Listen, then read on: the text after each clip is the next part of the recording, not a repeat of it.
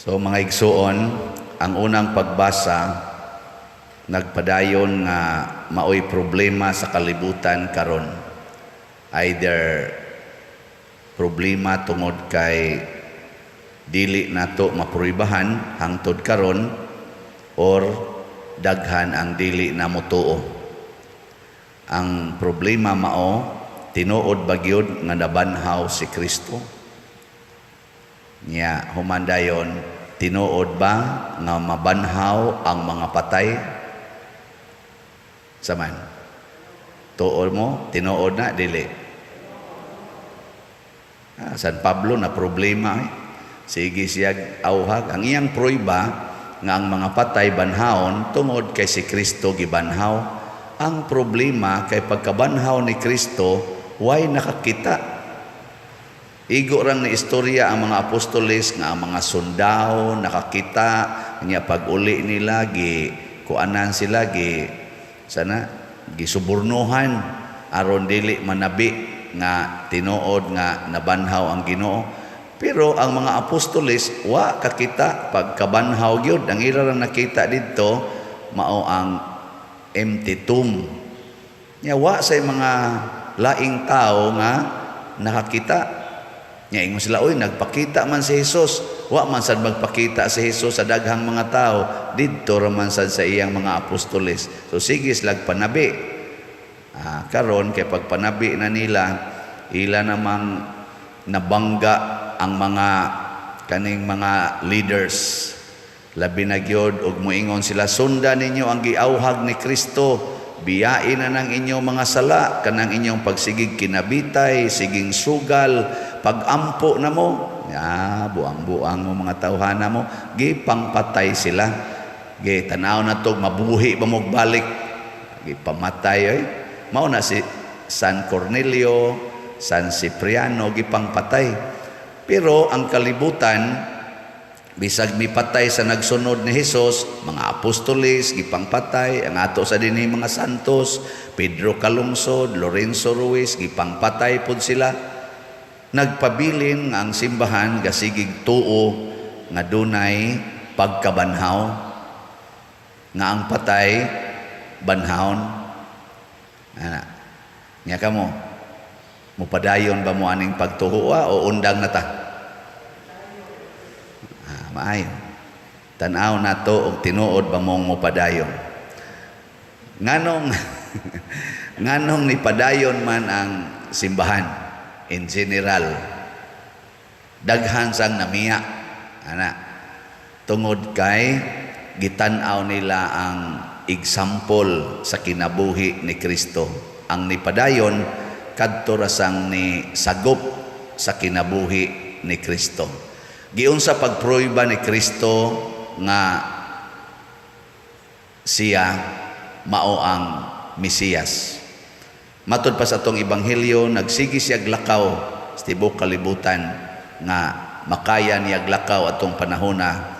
Nagsangyaw sa gingharian sa Dios. Sa ato pa, ang una gyud nga ilhanan nga kita mituo nga mabanhaw ta nga naay langit na umaabot, nagihisgutan sa atong tubag sa Salmo nga nag-ingon. Unsa to? Linga nang naw. Inig pakita sa imong himaya, mahingpit ang akong kalipay. Hain man na. Tuwa, langit. So, unsaon man nato pagkahibawong na ilangit, magsangyaw ta sa gingharian sa Dios. O unsa maning paagi, unsa may mo-support nga ang atong gisangyaw ang gingharian sa Dios sa kinabuhi ni Kristo ug sa iyang mga sumusunod, sama nila ni San Cornelio, San Cipriano o sa tanang mga santos nga atong gideclare sa simbahan next to the apostles. Unsa may ilang gisunod ang kinabuhi gyud sa kakabos. Kana bang biyaan ang tanan kay kun ituo ka nga naay gingharian sa Ginoo o gusto nimo ang gingharian sa Ginoo mo'y mohari diri, ayaw gyud pagtigom og bahandi. Kay magtigom kag bahandi, mahimo na nimong gingharian. Nya kung daghan yung bahandi nga imong natigom, kay tungod sa sitwasyon nga di nimo kapugnan, ayaw higugmaa ang imong bahandi. O, di ba? Nya kumusta man mo ron? Naningkamot ba mo nga mahimong kabos? O naningkamot pagtigom para maarang-arang ang kinabuhi?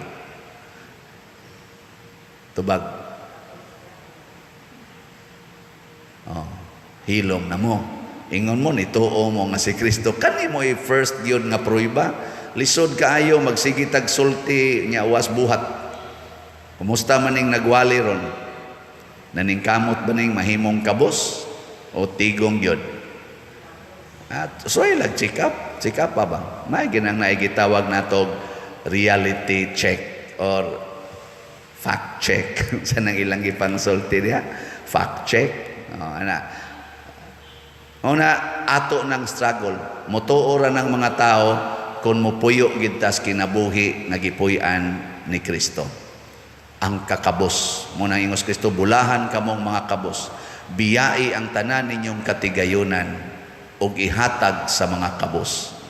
Kanindo tana ang kalibutan karon unsa may gitudlo, gipatay na nga maong pagtulunan, maghimo tag atong gingharian, kanang gingharian gyud nato. Unya magkuntis tag kinsay pinakadato, unya kun dunay mo ilog gubato nato, mo nang gahimo na tag mga armas nga makapatay. Kining tanang armas nga gipanghimo karon mahal kay na binilyon ka dolyar ang gasto ana. Ngano mang gasto man ta ana mga fighting planes, fighting ships, kanang mga nuclear, kanang mga unsa pa na mga armas ng porting lingiga nga gipakita na ron sa gubat sa Russia ug sa Ukraine. Nganong gakuan man ta gahimo man ta ani tungod kay naa natay atong mga gingharian to protect our kingdom, not the kingdom of God. Bisag ka na inyong balay, inyong gikural, basin ba ya, imo nang gihimong imong gingharian. Ako sa dinhi, isip ning parokya, basig ako ning gihimong akong gingharian, nga di gyud ko musugot nga balhinon. Bisan pag ang obispo muluhod pa sa akong atubangan, di gyud ko musugot, kay ako ning gingharian. Oh, mao nay kuyaw. Kumusta man inyong balay? Gingharian na nimo o imo nang biyaan? Ay mo dia pagduka-duka. Ingon sa mo nanasad padi. Kumusta man imong kwarta? Imo nang tigomon o ipalit og slot? Kana mo na mga pangutana imong tubagon. Ikaduha, unsa may gipuy-an ni Kristo? Ang purity, ang kalimpyo, ang pagkaway sala, sinless, pure. Ang una, poor. Ang ikaduha, pure. Kumusta maron ka? Nahadlok ba ka sa sala? Nasuko ba ka sa sala? Biyaan ba nimo ang sala? O pinangga nimo ang sala? Ang una gyud nga makahimo nato nga pure, isulti ang tinuod. Sige. Hay may inyong gi-highlight ang inyong pintal sa naong o ang natural nga naong. Kana. Ay kun inyong sigay-sigay sa inyong mata kay tinuod kita lagi magkita dinhi kada misa. Pero di sa maayo nga ako sa ning sana ato ning palabyon ba purity, pasabot truth, ang kamatuoran. Magpuyo tas kamatuoran. Mao nang nangamatay ni si San Cornelio, San Cipriano ug ubang mga martir kay ilang gipuy-an ang kamatuoran. Dunay gustong mubungkag sa kamatuoran ug mopatay sa kamatuoran, dili nila i-compromise ang kamatuoran. Mao na anda magpakamatay, anda magantos para sa kamatuoran. Niingon si Kristo, ni anhi ko aron pagsaksi sa kamatuoran. I came to witness the truth. Ana, mo nang patay siya. Pero bahala nagmamatay, basta gapuyo sa kamatuoran. Bahala nagsakitan, basta nagpuyo sa kamatuoran. O kamo mga asawa, o ang inyong bana, magsige nagpangulatan ninyo, nga naapag yung babae. Kamao pa ba mong mupuyo sa kamatuoran nga kamo asawa anang tawhana o inyong biyaan? Kamusang mga bana, ang imong asawa lakwat sira na kaayo, nya daghan pa kay nakatukha nga laki. Lata na kay siyag dungog, pero imo ginang pinakaslan. Kamao pa ba kang mupuyo sa kamatuoran nga ikaw bana ani ni ang bayhana? Ako nalipay ko na ipipila ka mga bana nga ingon ana. Sa ako parong nailhan so far mga 3 pa kabuok ang klaro gyud nga nipuyo nga honest, loving, faithful nga husband ngadto sa ilang unfaithful, dishonest nga mga wives. Na itulo ka buok bana og nalipay kay ko ana. Kamo dinhi wa pay siguro. Truth, purity. Muna si Mother Mary, gitawag na tog immaculate, kay gikan sa iyang pagkatao, hangtod siya namatay, gapuyo gid siya sa kamatuoran. Why daghang waxing, maskara diha, aron lang kunuhay ta monindot. No? Dili, mamakap. Because ang lies belongs to Satan. Truth belongs to God. Ang katapusan, nagipuy-an ni Kristo nga di malalis ang iyang prayerful life, ang pag-ampo. Kaning ampo, dili siging pangwarta, ampo yun. Pila ninyo dinhi nga pamilya, nga magrosaryo yun kada adlaw, isip pamilya. Ta sa kamot. 1, 2, 3, 4. At least, naiupat. Pila ka buok ninyo dinhi ang magrosaryo gyud kada adlaw, personal nga rosary ta sa kamot. Maura man gyapon to ni isa. Na siya. Prayer. Unsa mo nang prayer sa kinabuhi ni Kristo, ang Ginoo mo'y magbuot, dili ako. Mao na ang ampo. Lord, speak, your servant is listening. Mao na siya ampo. Magsunod gitas gustos Ginoo, dili ang atong gusto. Matod pa diri sa atong ebanghelyo na ay mga babae nga giayo ni Hesus. Usa si Maria Magdalena nga nawagtang ang 7 kayawa. Nganuman ni ampo man si Maria Magdalena, ni duol ni Hesus, Lord, your will be done. So good karon. Nya ang babag dito katumang 7 kayawa, agi papahawa dayos Ginoo ang yawa. Mabita na ka nang magpa-blessing na kog balay, nya moingon dayon, Pader daghan kay diri among mahibudngan nako yawa. Ingon din siya nga, lagi Pader oy, nya nga ako pagani igsuon Pader murag gyud yawaan di nagyud makontrolan. Bendisyon ni among balay Pader be, nako kasayon ra na papahawaon. Sundan ninyo ang gustos Ginoo. Unsa may gustos Ginoo? Tanawa, unsay gustos Ginoo, tanaw nako daghan kay islag patik, nako kana imong patik. Unsa man na sa Ginoo nang gusto niya, Padre sa doy mamtaw sa ako. Nako kana ba nya daghan pa kay ariyos dire. Babay. Nako kana imong ariyos nagdaghan ka istanan. Unsa man na, unsa may mensahe nimo anak pang Ginoo dili. Padre sa doy nako mao na siya. Unsa ang pagkawagtang sa yawa og di ka mo surrender ngadtos ka bubutos Ginoo? Pero surrender di ba wagtang gid tanang yawa ninyo. Nga niya sa mga babae nga gigamit ang ilang bahandi sa pagtabang sa panginahanglan ni Hesus. Ang ilang bahandi gitabang nila. Mao sa nay usas pamaagi nga nagampo ta kay kabubuton sa Ginoo kining atong bahandi itabang sa panginahanglan sa simbahan. Muna ka nang siging gubat wa gyud gustong Ginoo na siging gubat nganuman ang imong bahandi, ang imong billion of dollars imong igasto para pagpatay o pagbungkag sa imong silingan, ay binuang na. Og mao na ang timaan nga kita kuyog sa Ginoo.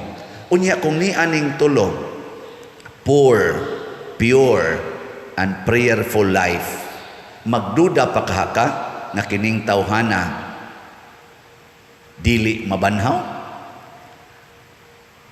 Ha? Di oy. Moingon kita mabanhaw gina. Gani og di gyud mabanhaw, banhaw nato ang iyang kinaiya. Kay kining pagka-poor, pagka-pure og pagka-prayerful, ang bunga ani kalinaw, kalipay, kahiusa, kauswagan sa katilingban as community. Kinsa man natoy wa mangandoy kalinaw, kalipay, kahiusa o kalambuan. Pulos ta nangandoy gani mo na struggle sa kalibutan, and only ang mga tao ra gyud nga makahimo ani katurog yung mosunod sa Ginoo na ay kakabos, dili magdinato kay maggubat man kita ng dinato ta, na ay ka pure ang pagpuyo sa kamatuoran, di kita mga bungkag ang kamatuoran, managsuon ra man kitang tanan nya magampo pasabot gahom batok sa yawa, di kita ma-infiltrated sa yawa huna-huna kasing-kasing o binuhatan. Kay ang Ginoo kung magampo ta, iya man tang panalipdan. Ug mao na ang ato karong gihimo, ampo gyud maayo, no? Nya pagpakatinuod o pagpakakabos aron daghan kag matabangan. Na ato dinhi nangabot na tagtabang adto sa ubang mga lugar.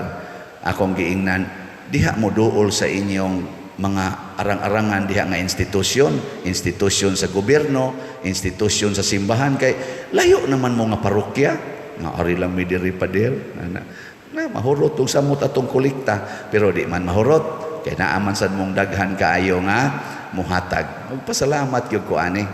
Bahala nag-usahay warningan atas mga kwarta padala nga di na ipadala binas internasyonal, pero mangita gyud bahagi ning mga kugihan nga manghatag.